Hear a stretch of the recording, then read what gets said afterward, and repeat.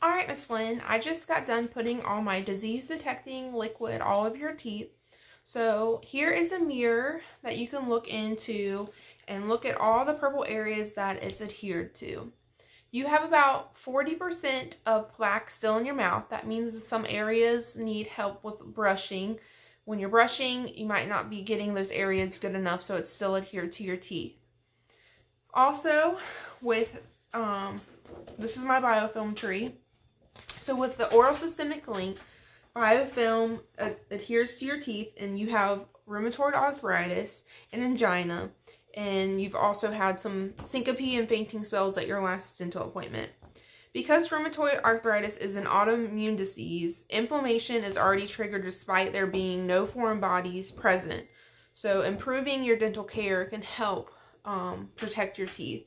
So here is biofilm, and it can lead first to gingivitis, and then it can lead to periodontal disease. And then here are all my oral systemic links, and you have right here rheumatoid arthritis. So with that being an autoimmune disease, your risk of caries is also higher, and also some of the medications that you are on, your risk is higher. And also in your photos, so I would have my computer in clinic, but since I don't have my computer, this is a case study, I'm going to just hold up my book like it's my computer. So in your photos here, I see some inflammation in your gums. So that can be triggered by your rheumatoid arthritis, or just some of the biofilm that has gotten from the top, on the top of your teeth down into your gum tissue. So it's making some inflammation there. Also, do you remember earlier when I was calling out all those numbers, like from 1 to 3 and higher?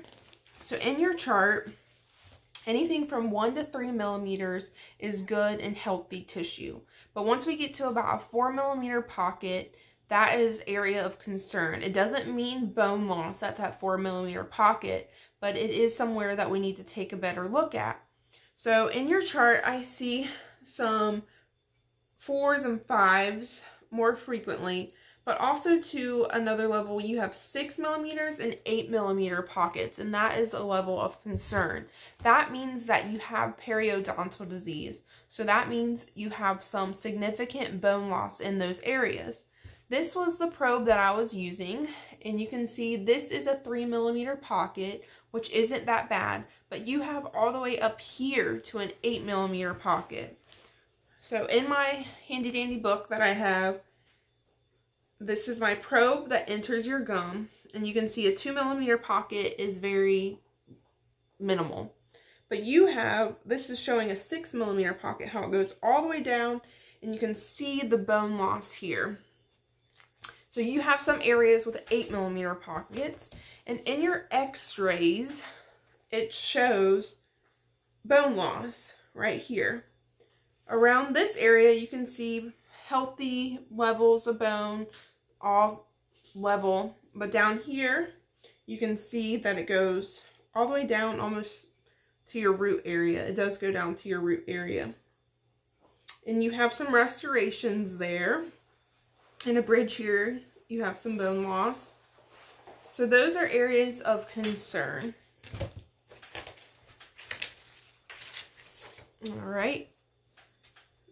So now that you've looked at your x-rays, we've compared your bone levels and your perio chart, you've stated that you brush regularly, but you brush very heavily, and you go through a toothbrush in a few weeks.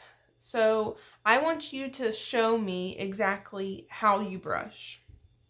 So Miss Flynn at this time would show me that she probably brushes, if she does a scrub brush method, she probably holds up here close, and she's just scrubbing away her gum tissue that we can see in the photos.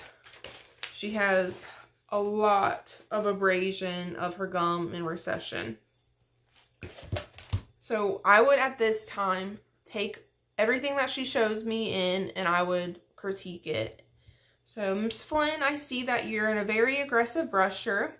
So if you could just take your toothbrush, if you wanted to do a manual toothbrush, and hold it down at the end. That could help relieve some of the pressure that you're putting on your teeth.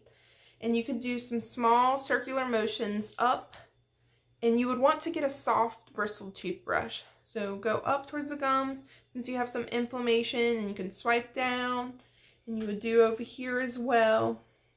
Get that stimulation of your gums and swipe down. And also, since you had a lot of calculus buildup down here on your anteriors, I would like you to angle the toothbrush up and go about 10 times per tooth, up and down, and then move to the next tooth. Up and down, move to the next tooth. And you can go up and down like this as well in the front, or you can hold it and go up. But that would really help with the calculus buildup in your anterior teeth. And also with the upper, you can go up and down, and behind, up and down. So that's the manual way, that if you didn't want to get a power toothbrush. But since you're such an aggressive brusher, I would highly recommend a manual toothbrush. And why I would recommend that is because it turns red. This Oral-B one, it turns red when you're pushing too hard. So I'll show you. You turn it on and it vibrates and it's white. But when you press too hard, it turns red. So that is something that would be helpful with the areas that you're really wearing away your gum tissue. Also, I saw that you use a rubber stimulator. I think that's, yes, you stated that you use a rubber tip stimulator. So that's good that you're getting some stimulation to your gums, but you also have that bridge. So you could get this floss threader and go underneath your bridge and just stimulate your gums and get any food that's trapped under it and bacteria under it. And you can also use it just as regular dental floss. That would be good to get around each tooth. So when you're flossing, you want to do a C-shaped method. So you're going to go in and you're going to go like this C, and you're going to go up and down about 3 times on each side. Up and down 3 times, 3 to 5 times.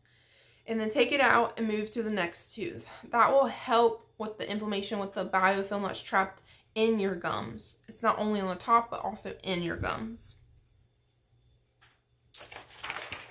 And then I would like you to show me exactly what we learned today. So I would let her at this time take the floss, and she would show me that she learned the C-shaped method, and then at this time she could tell me if she wanted to go with manual or power toothbrush. Since she's using a fluoride tooth or mouth rinse, that would be very great to continue use of, since her xerostomia, with her medications that she's taking, since she's at a high risk of caries, I would tell her to continue using her fluoride rinse, but I would also make sure that it was an alcohol-free mouth rinse, since alcohol can contribute to more of her dry mouth. And I would tell her at this time that if she continues these methods at home, she would have less progression of her periodontal disease. See her back in a few months to see if her pocket depth has changed, gotten worse, or better in those areas, or it's stabilized. And I would ask her if she had any questions for going home with these instructions. And that's about it for my OHI.